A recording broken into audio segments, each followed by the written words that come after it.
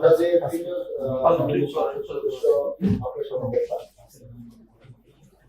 আমাদের প্রধান এবং প্রথম কাজ হচ্ছে চীনের দুঃখ মিশরের দুঃখ নির্ণয় আর শরীয়তপুরের দুঃখ কিন্তু এই দুইটা রাস্তা। আপনি খুব গুরুত্বপূর্ণ আমাদের জন্য। এখানে যতগুলো ডিপার্টমেন্ট আছে, হেলথ, এডুকেশন এবং আপনি চারটা ডিপার্টমেন্ট আমাদের খুব গুরুত্বপূর্ণ। এখন এই যে শরীয়তপুরের 16 লক্ষ মানুষ, এই 16 লক্ষ মানুষ তাকিয়ে আছে আপনার দিকে।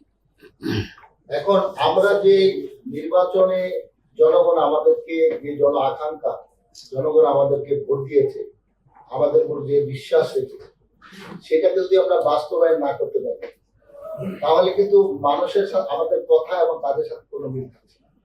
আর এটা দিয়ে এই রাস্তা দিয়ে কিন্তু আপনিও বেশ করেন। এখানে যতজন আসেন আমাদের স্টাফ, আমাদের শরীর কর্মকর্তা কর্মচারী বৃন্দ, আপনারা সবাই এখানে আসেন, সবাই এখানে ভুক্তভোগী মানুষগুলা, রোগীগুলা, যে পেশেন্ট গুলো ঢাকা যায়, আপনি জাস্ট ফিল করেন যে তাদের অবস্থা কি হতে পারে।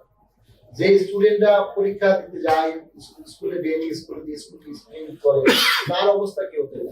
একজন বৃদ্ধ মায়ের, একটা বৃদ্ধ বাবার অবস্থা কি হতে পারে। বিষয়টা খুবই টাচি এবং মানব। সেই জন্য আমি আপনার কাছে, আমাদের 3 জন মাননীয় সদস্য আছেন, আমরা আপনার কাছে জানতে চাই স্পেসিফিক আপনি আমাদেরকে আজকে মূলত আজকের এই যে আয়োজনটা, আমি ধন্যবাদ জানাচ্ছি ডিসি ম্যাডামকে যে এই আয়োজনটা মূলত আমাদের 3 জনের আগ্রহের কারণে এই আয়োজনটা হয়েছে। এবং এটা আমরা খুব উদ্গ্রীব হয়ে আছি যে আপনার এই দুইটা রাস্তা আমরা কিভাবে কতদিনের মধ্যে এটার রেজাল্ট মানুষ আমরা এটা প্রত্যক্ষ আমরা চলমান আছে, করছি, চলছে, এরকম কোনো বিষয় না।